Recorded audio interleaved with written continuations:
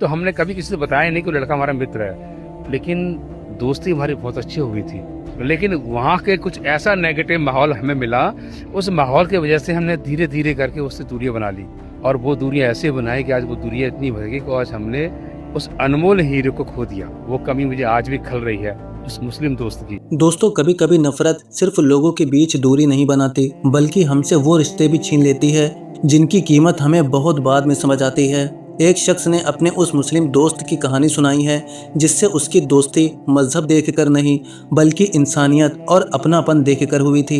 दोनों साथ पढ़े, साथ वक्त गुजारा और यहाँ तक कि एक दूसरे के घर भी आना जाना था। लेकिन फिर आसपास का माहौल बदला, लोगों की बातें बढ़ीं और धीरे धीरे उसने अपने उसी दोस्त से दूरी बनानी शुरू कर दी। आज उसे उस फैसले का अफसोस है। उसकी कहानी सुनिए, शायद आपको भी सोचने पर मजबूर कर दे कि आखिर नफरत की कीमत कौन चुका रहा है। हम जब 10th में थे तो हमारे बोर्ड के एग्जाम थे, उसका सेंटर पड़ा था इस्लामी इंटर कॉलेज के अंदर। वहाँ पर जब पेपर देने गए तो वहाँ पर एक लड़का था, मुस्लिम था, उससे हमारी बहुत अच्छी दोस्ती हो गई। इतनी अच्छी दोस्ती हो गई कि उसी समय नवरात्रि भी चालू हो गए। नवरात्र में हमने कहा हम कल परिक्रमा लगाएंगे, तो वो लड़का बोला ठीक है मैं भी आऊँगा। तो वो हमारे साथ आया, लगभग हमने 1 किलोमीटर की परिक्रमा दोनों ने मिलकर लगाई। हमारी उसकी इतनी अच्छी मित्रता थी कि उसके बारे में हमने कभी अपने अन्य जो मित्र थे उनसे नहीं बोला, क्योंकि उस समय कुछ माहौल ऐसा था कि हिंदू मुस्लिम का माहौल कुछ ज़्यादा बना हुआ था और लोग नेगेटिव थे। तो मुझे लगा अगर यहाँ बात चलाएंगे तो लोग बुरा मानेंगे, तो हमने वहाँ बात छेड़ा नहीं। जब बात छेड़ी नहीं तो फिर वहीं हमारे घर के सामने स्कूल था, वहाँ पर आरएसएस की शाखा लगती थी, क्योंकि वहाँ का माहौल कुछ ऐसा था। वो कभी हिंदू मुस्लिम की बुराई तो नहीं करते थे, लेकिन माहौल कुछ ऐसा क्रिएट करते थे कि सामने वाला सोचता है उनसे मुसलमान से दूर हो जाए। क्योंकि कुछ समय पहले हमारा वो अयोध्या का जो दंगा हुआ था, अयोध्या कांड जो हुआ था, उसमें काफ़ी माहौल ऐसा बिगड़ गया था। तो हमने कभी किसी से बताया नहीं कि वो लड़का हमारा मित्र है, लेकिन दोस्ती हमारी बहुत अच्छी हो गई थी। वो हमारे घर पे भी आता था, घर पे दुकान पर आता था, मिलकर चला जाता था।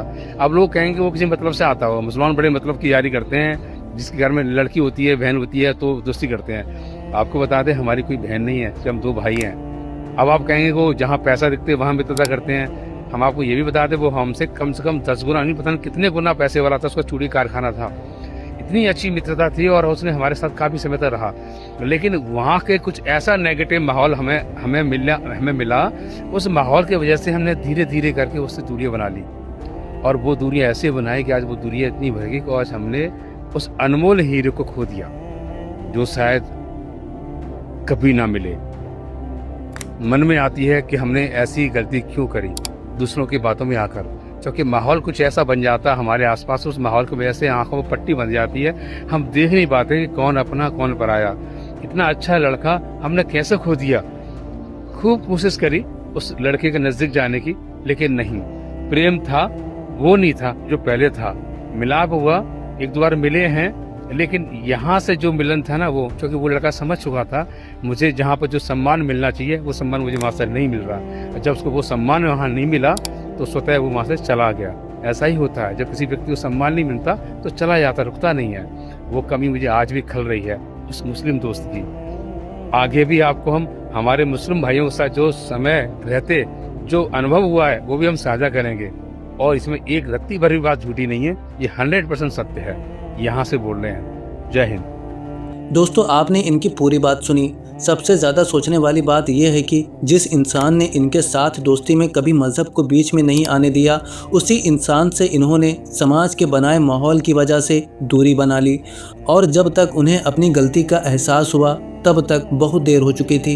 ये सिर्फ एक हिंदू और मुस्लिम की कहानी नहीं है, ये उस हर दोस्त की कहानी है जिसे नफ़रत की बातें धीरे धीरे कमज़ोर कर देती हैं। अब दोस्तों, हैरानी तो इस बात की होती है कि कुछ तो इस नफ़रत को जस्टिफाई करते हैं। ये नफ़रत में इतने अंधे हो चुके हैं कि इन्हें सही और गलत में फ़र्क ही नज़र नहीं आता। इंसानियत क्या होती है, इससे इनका नाता टूट चुका है। और फिर यही लोग हमें इस्लाम पर ज्ञान देते फिरते हैं। आपने अक्सर देखा होगा कि इस तरह के लोग ही अपने आप को कट्टर सनातनी या सच्चे देशभक्त पुकारते फिरते हैं, जबकि इनको खुद नहीं पता कि ये एक जहनी मरीज हैं। और मुआशरे के लिए खतरा है। इस तरह के लोग अक्सर बांग्लादेशी हिंदू को पाकिस्तानी हिंदुओं को अपना मानते हैं, लेकिन अपने हिंदुस्तान में ही रह रहे मुसलमानों को पाकिस्तानी मानते हैं। बहरहाल दोस्तों, अब इनके बारे में और क्या ही कहा जाए। आपकी इसके ऊपर क्या राय है, कमेंट करके हमें ज़रूर बताएं। वीडियो पसंद आए तो इस वीडियो को लाइक करें और इसे जितना हो सके उतना शेयर करें। और हाँ दोस्तों, स्क्रीन पर जो वीडियो नज़र आ रही है इस वीडियो को भी ज़रूर देखें, क्योंकि ये भी एक बहुत ही अहम मौजू पर वीडियो बनाया है हमने। इस पर अभी क्लिक करें और पूरी वीडियो देखें।